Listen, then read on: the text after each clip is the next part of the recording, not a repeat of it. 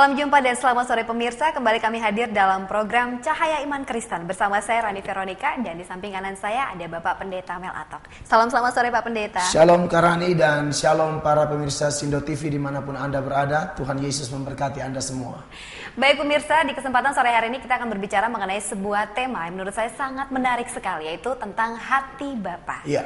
Langsung saja Bapak Pendeta, mungkin bisa dijabarkan pembacaan yang kita ambil untuk tema hati Bapa sore ini. Bicara tentang hati Bapa ini, karena kita menyerotinya dari pembacaan Lukas pasal 15 ayat 11 sampai ayatnya yang ke-32, di mana Lembaga Alkitab Indonesia memberikan topik tentang anak yang hilang. Tapi tokoh paling penting di dalam cerita itu adalah Bapa yang disinggung oleh Dr. Lukas.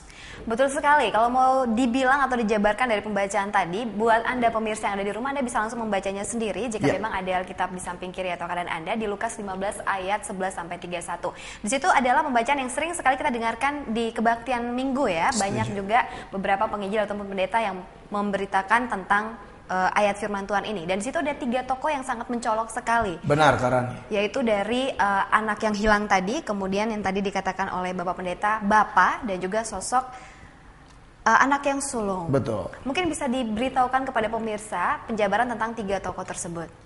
Ya, jadi menarik sekali ya bahwa kalau kita melihat dari ketiga tokoh ini, baik bicara tentang anak bungsu, bicara tentang bapa, dan bicara tentang anak yang sulung. Memang kalau kita bicara tentang anak yang bungsu di dalam Lukas 15 ayat 11 sampai 32, bagian firman Allah ini sebenarnya khusus si bungsu itu adalah tokoh yang menggambarkan tentang orang berdosa. Dan memang dosanya diceritakan secara detail di dalam Injil Lukas 15 ini, di mana dia adalah anak yang sebenarnya sangat tidak menghargai orang tuanya. Karena dalam budaya orang Yahudi, Karani dan pemirsa di rumah, bahwa dalam budaya orang Yahudi itu sebenarnya semua punya warisan. Tetapi warisan itu bisa dibagi kalau orang tuanya meninggal. Nah, anak ini orang tuanya belum meninggal, tetapi dia sudah minta warisannya. Jadi dosanya yang pertama ialah dia menganggap bahwa warisan itu atau apa yang bapak punya lebih penting dari bapak itu sendiri. Begitu.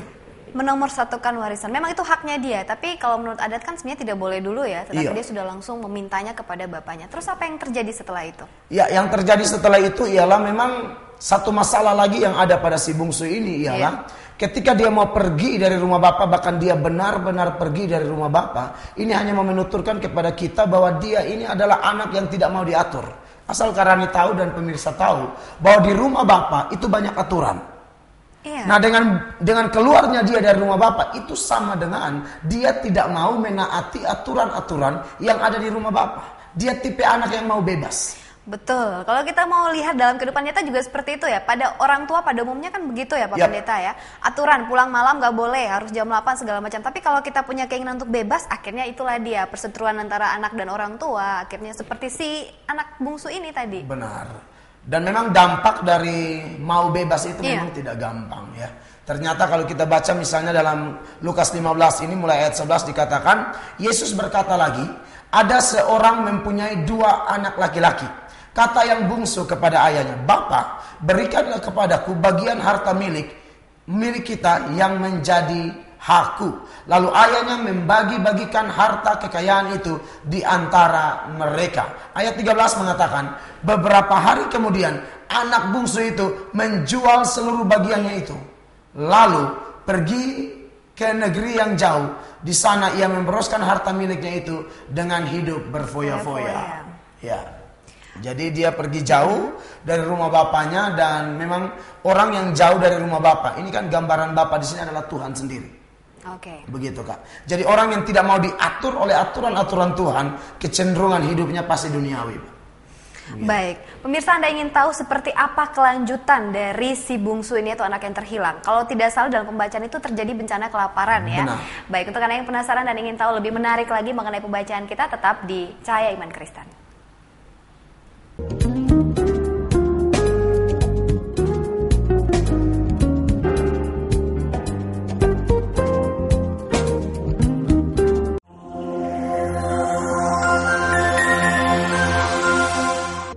Berserah pada kehendak Tuhan, menjalani hidup sesuai firman-Nya. Setiap hari kita perlu mendapat pencerahan. Ikuti Cahaya Iman program penyegaran iman di Sindo TV Kupang atau kesejahteraan pada hari dan jam berikut. Hanya di Sindo TV Kupang, televisi referensi Nusa Tenggara Timur.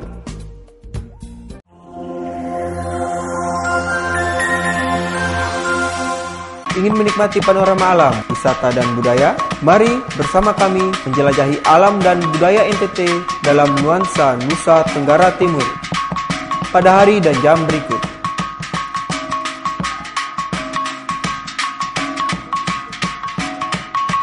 Hanya di Sindo TV Kupang, televisi referensi Nusa Tenggara Timur.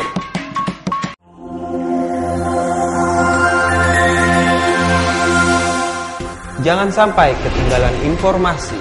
Bagaimana NTT ini hari? Peristiwa teraktual dan dipercaya, semuanya terangkum dalam NTT ini hari. Hadir setiap hari pada jam berikut. NTT ini hari, program berita terkemuka dan terpercaya hanya di Sindo TV Kupang, televisi referensi Nusa Tenggara Timur.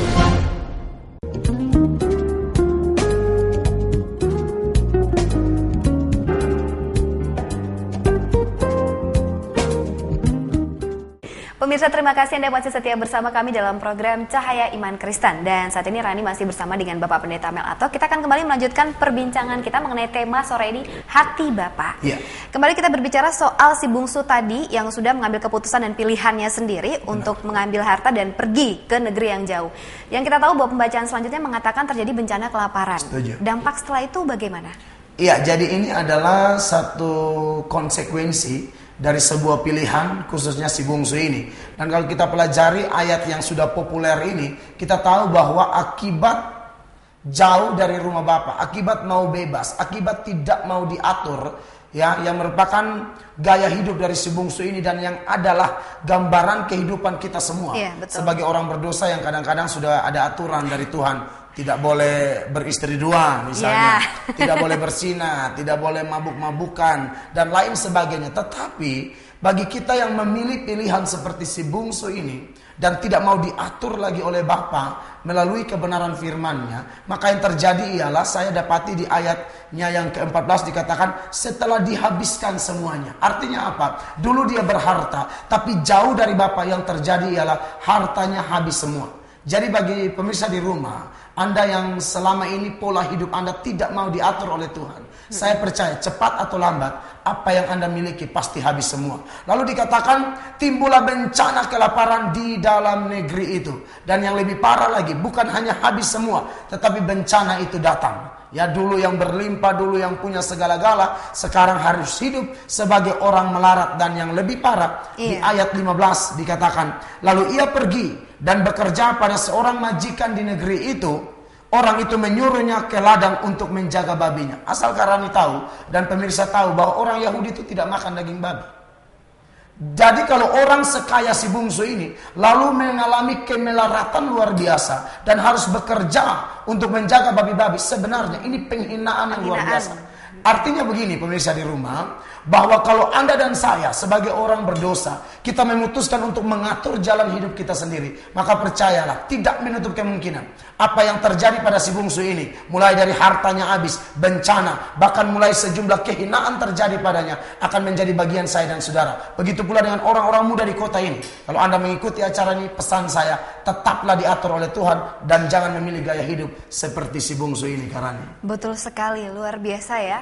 Itulah deh, ini merupakan salah satu dampak negatif yang terjadi dengan pilihan Anda yang tadi ingin bebas dan lain-lain. Tapi kalau dari sisi positifnya sendiri, ada tidak ya untuk si bungsu ini?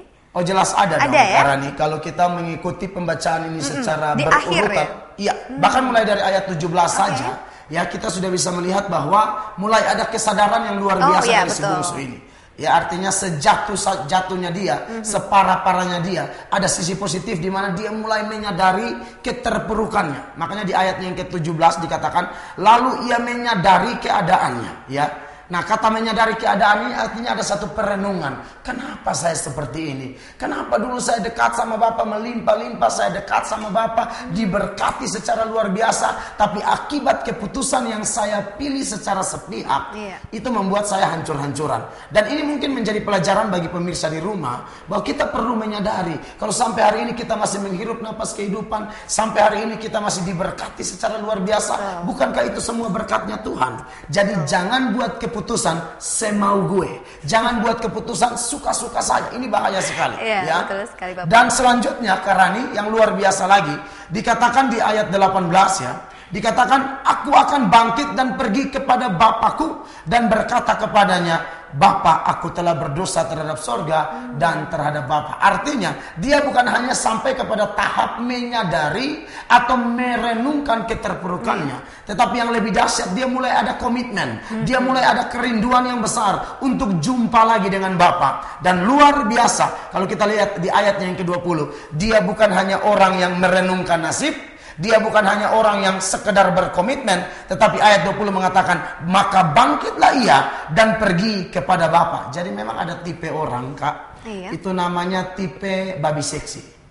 Oh, babi seksi. Babi seksi. Babi seksi ini maksudnya ialah bahwa banyak bicara tapi sedikit aksi. Banyak janji dan lain sebagainya. Dan saya secara pribadi harus bicara keras kepada pemirsa di rumah, bahwa kita jangan kelompok babi seksi lah. Ya, banyak bicara sedikit aksi. Kalau si bungsu ini, apa yang menjadi perenungannya, apa yang menjadi komitmennya, itu juga yang menjadi tindakan nyatanya. Ini sisi positif, Kak. Artinya sehancur-hancurnya kita. Saya secara pribadi pernah bersaksi di Sindo TV ini juga, atau di mana-mana saya ber-KKR, saya kasih tahu bagaimana masa lalu saya, Kak. Saya hancur-hancuran, saya harus masuk keluar tahanan, saya ditangkap polisi dan lain sebagainya. Kalau saya bisa bicara sebagai hamba Tuhan bagi pemirsa Sindo TV, saya tidak lebih baik dari pemirsa Sindo TV. Saya tidak lebih baik, tetapi saya belajar dari si bungsu ini. Separah-parahnya kita, ingat, Yesus datang tidak cari orang benar, Yesus datang cari orang berdosa. Jadi siapapun saya dan saudara, mari bangkit dan datang kepada Bapa. Dia Bapa yang terima kita. Luar biasa. Baik pemirsa, itulah dia tadi mengenai dampak positifnya juga dari si bungsu yang akhirnya kembali ingin ke rumah ya. Terakhir kita akan membaca ayat selanjutnya, dan hati seorang bapak seperti apa yang menerima kembali si bungsu atau anaknya ini. Tetap setia terus di Cahaya Iman Kristen.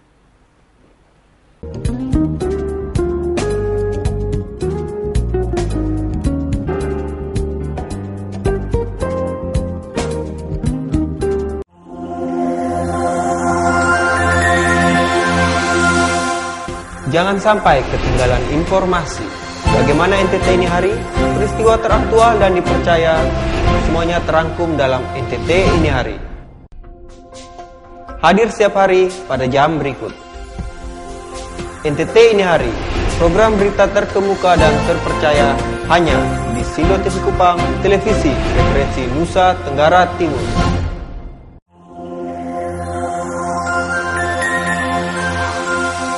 Ingin menikmati panorama alam, wisata dan budaya? Mari bersama kami menjelajahi alam dan budaya NTT dalam nuansa Nusa Tenggara Timur pada hari dan jam berikut.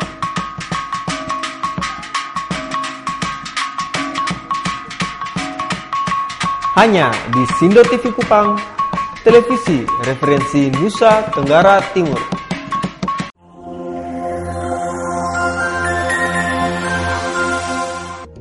Berserah pada kehendak Tuhan, menjalani hidup sesuai firman-Nya. Setiap hari kita perlu mendapat pencerahan. Ikuti Cahaya Iman, program penyegaran iman di Sindo TV Kupang atau kesejahteraan pada hari dan jam berikut. Hanya di Sindo TV Kupang, televisi referensi Nusa Tenggara Timur.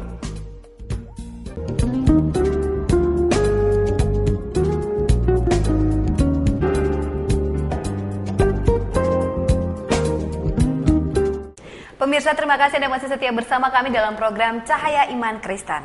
Baik Pak Mel Alto, kita akan kembali lagi berbicara mengenai tema tentang hati Bapa. Kalau tadi sudah dijelaskan bahwa si bungsu itu mulai sadar dan dia boleh mengambil suatu komitmen untuk dia ingin kembali lagi. Ada satu figur yang luar biasa juga yang saya temukan dalam pembacaan ini, yaitu figur seorang Bapa. Nah, kira-kira responnya seperti apa dan bisa Jelaskan lagi mengenai figur Bapak dalam pembacaan kita. Iya, Karani. Jadi memang luar biasa ya. Si bungsu ini ketika dia berkomitmen dan disertai dengan tindakan nyata. Dan ketika dia kembali, kita melihat bahwa sebenarnya inti dari Lukas 15 ayat 11 sampai ayat 32 ini adalah tokoh Bapa itu sendiri. Iya, karena tokoh Bapa dalam cerita ini adalah menggambarkan Allah sendiri di dalam Yesus Kristus Tuhan.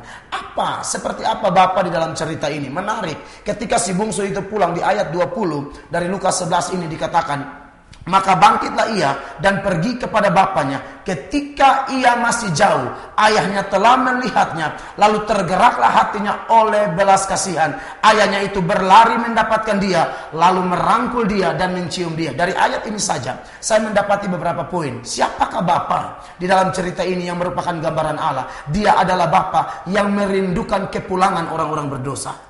Artinya bahwa sekali lagi seburuk apapun kehidupan kita, tetapi ada satu pribadi yang terima kita apa adanya. Satu pribadi yang di dalam tangannya hidup kita bisa diubahkan secara luar biasa. Saya sudah singgung tentang masa lalu saya. Saya bisa pastikan satu hal, Karani. Tidak ada pendeta bisa rubah orang. Tidak ada pastor bisa rubah orang. Tidak ada rohaniawan bisa rubah orang. Satu-satunya pribadi yang bisa menyentuh hati kita dan merubah kita menjadi ciptaan baru pasti Bapa. Makanya dalam cerita ini dia adalah Bapa yang merindukan kepulangannya. Dibuktikan dengan apa? Dia tergerak dengan belas kasihan. Dan dia bukan hanya tipe yang tergerak dan tidak bergerak. Dia tergerak dan dia bergerak. Bahkan ayat ini berkata, dia berlari mendapatkan dia. Lalu apakah? Dia merangkul dan mencium. Kan kita sudah bahas tadi. Si bungsu ini kerja di peternakan babi. Artinya bahwa dia bau-baunya dia itu tidak jauh dari bau-bau babi begitu. Kotor. Iya. Ya, seibami babung kuning paling tahu. Tidak jauh dari bau-bau babi begitu kan. Betul. Tetapi luar biasanya Bapa dalam cerita ini, selain dia Bapa yang merindukan kepulangan orang berdosa, dia adalah Bapa yang terima kita apa adanya. Sekali lagi, dia Bapa terima kita apa adanya. Para pemirsa, saya tidak tahu masa lalu Anda, saya tidak tahu pergumulan Anda. Orang muda ke Anda, orang tua ke Anda, suami ke Anda, istri ke Anda. Tetapi dengar baik, separah apapun masa lalumu, dia Bapa yang terima engkau apa adanya. Amen. Pemazmur pernah berkata, dia tidak akan membiarkan saya dan saudara jatuh sampai tergeletak. Dia akan angkat kita kembali. Begitu kan? Luar biasa figur seorang Bapak ini ya, luar biasa sekali. Baik pemirsa, itulah tadi sudah dijelaskan oleh Pak Pendeta mengenai figur Bapak yang bayangkan ya, bau kotor tapi masih dirangkul bahkan dicium dengan belas kasihan. Artinya Bapak yang penuh kasih. Dan satu hal lagi Karani, yang kalau kita lihat di ayat 21 dikatakan, kata anak itu kepadanya, Bapa, aku telah berdosa terhadap sorga dan terhadap Bapa. Ini memang harus menjadi bagian kita orang berdosa. Dosa harus diakui. Betul sekali. Makanya si bungsu ini mengakui. Tetapi kita lihat siapakah Bapa setelah si bungsu yang adalah gambaran dari saya dan saudara yang adalah orang berdosa. Seperti apakah dia setelah dia mengaku dosanya? Ayat 22 mengatakan, tetapi ayah itu berkata kepada hamba-hambanya, lekaslah, bawa kemari jubah yang terbaik dan seterusnya. Artinya apa Karani?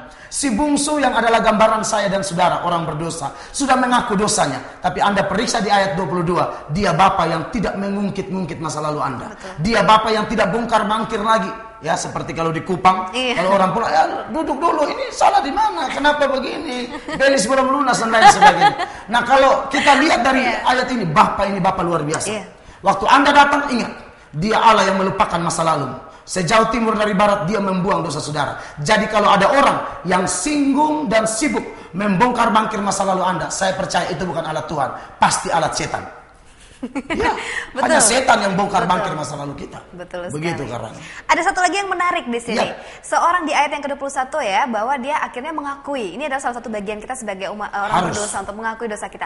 Nah, tentunya si anak ini tidak mungkin dia akan mengakui kalau dia tidak melihat kasih Bapa yang merangkul dia. Dia tidak merasa takut kan, tetap Bapaknya ini Bapa yang menerima dia setelah sekian lama dia pergi, tapi Bapa yang mengampuni sehingga akhirnya dia pun leluasa untuk mengakui setiap dosa-dosanya. Dan yang berikut Karani, di dalam pemikiran si bungsu ini, kalaupun saya kembali, ya minimal saya tidak diterima sebagai anak pun tidak apa-apa. Minimal sebagai pembantu lah. Karena pembantu di rumah Bapak itu makanannya lebih enak daripada yang tadi. Ya, dia hampir makan makanan babi. Bayangkan anak gedongan, anak orang kaya harus makan makanan babi. Tetapi yang menarik Karani, sekali lagi saya tambahkan sedikit, bahwa ketika dia pulang, dia tidak diterima sebagai pembantu, Kak. dia tetap anak. Itu yang luar biasanya Bapak kita. Biasa. Baik pemirsa, kita akan kembali lagi dengan satu figur lagi yang ada dalam pembacaan kita, yaitu kakak sulungnya dia. Seperti apa nanti? Tetap setia terus di Cahaya Iman Kristen.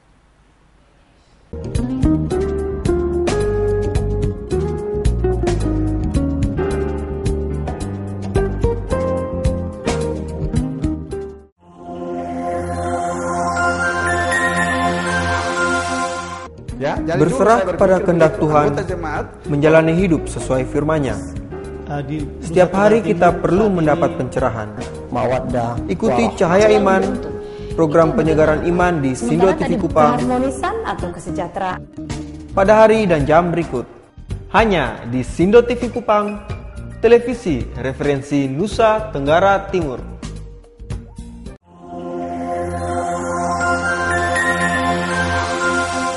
Ingin menikmati panorama alam, wisata dan budaya? Mari bersama kami menjelajahi alam dan budaya NTT dalam nuansa Nusa Tenggara Timur pada hari dan jam berikut.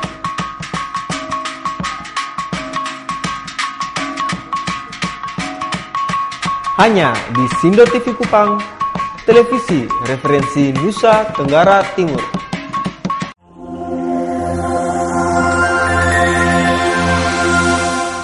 Jangan sampai ketinggalan informasi. Bagaimana NTT ini hari? Peristiwa teraktual dan dipercaya, semuanya terangkum dalam NTT ini hari. Hadir setiap hari pada jam berikut. NTT ini hari, program berita terkemuka dan terpercaya hanya di Sindo TV Kupang, televisi referensi Nusa Tenggara Timur.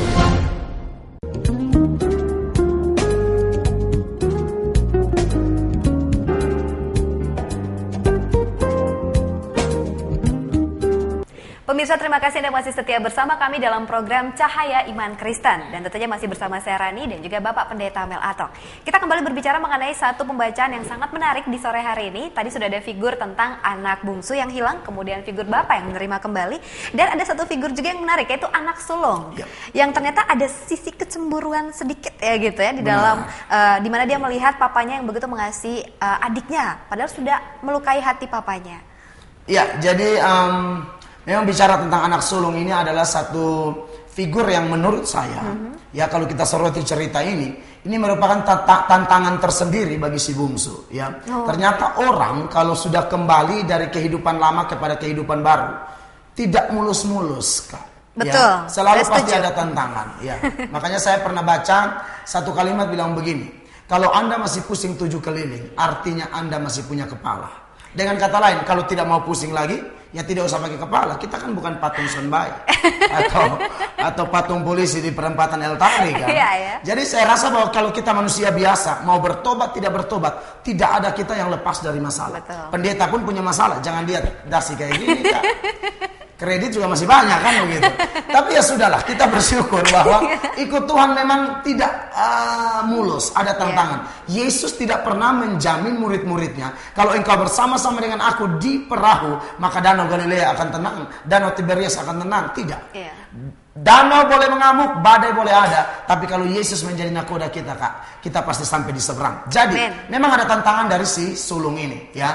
Si sulung ini di dalam ayatnya yang ke 25 dikatakan, tetapi anaknya yang sulung berada di ladang, dan ketika ia pulang dan dekat ke rumah, ia mendengar bunyi seruling dan nyanyian tari-tarian. Lalu memanggil seorang hamba dan bertanya kepadanya, apa arti semuanya ini?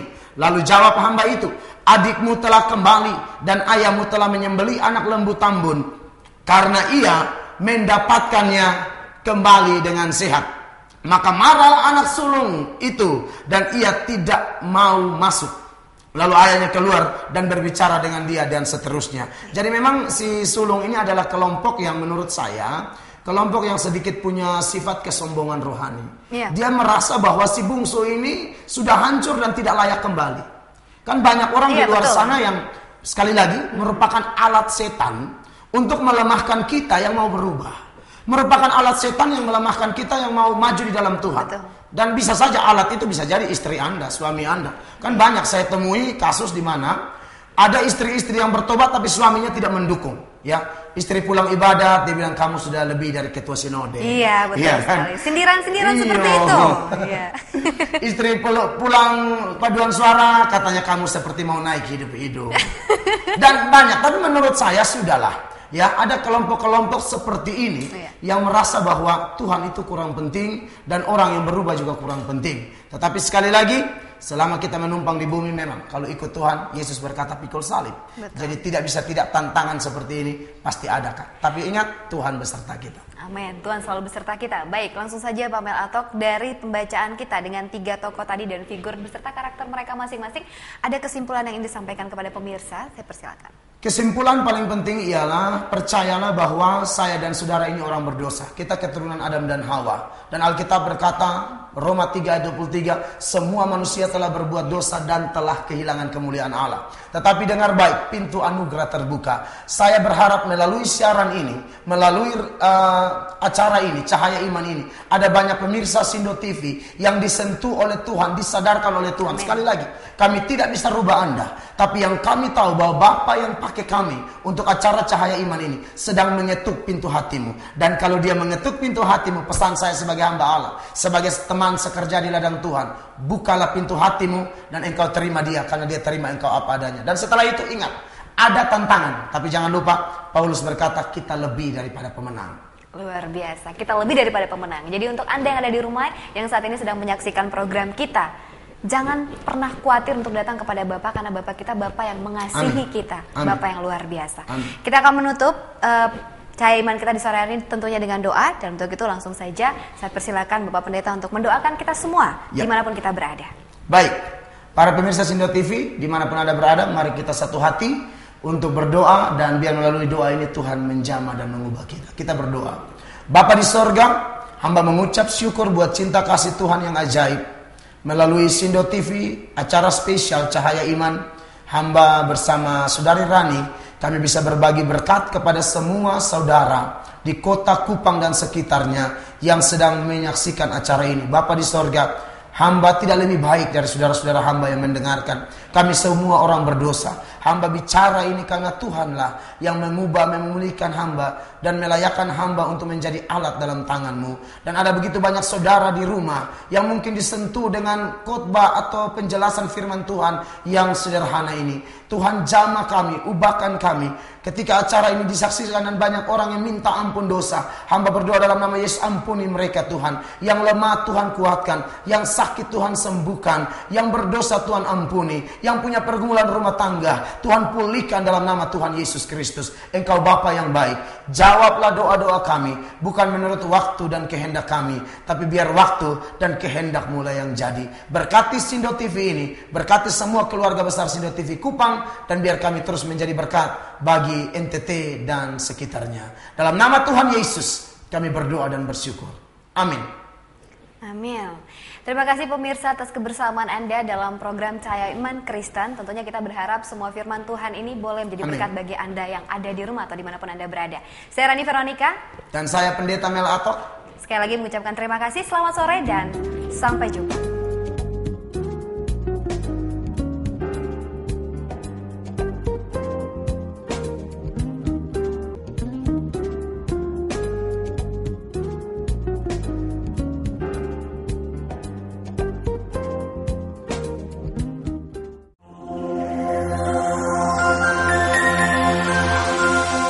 Ingin menikmati panorama alam, wisata dan budaya? Mari bersama kami menjelajahi alam dan budaya NTT dalam nuansa Nusa Tenggara Timur pada hari dan jam berikut.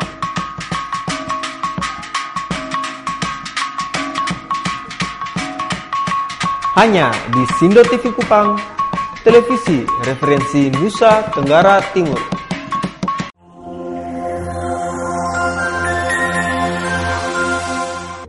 Berserah pada kehendak Tuhan, menjalani hidup sesuai firman-Nya. Setiap hari kita perlu mendapat pencerahan. Ikuti Cahaya Iman, program penyegaran iman di Sindo TV Kupang pada hari dan jam berikut. Hanya di Sindo TV Kupang, televisi referensi Nusa Tenggara Timur.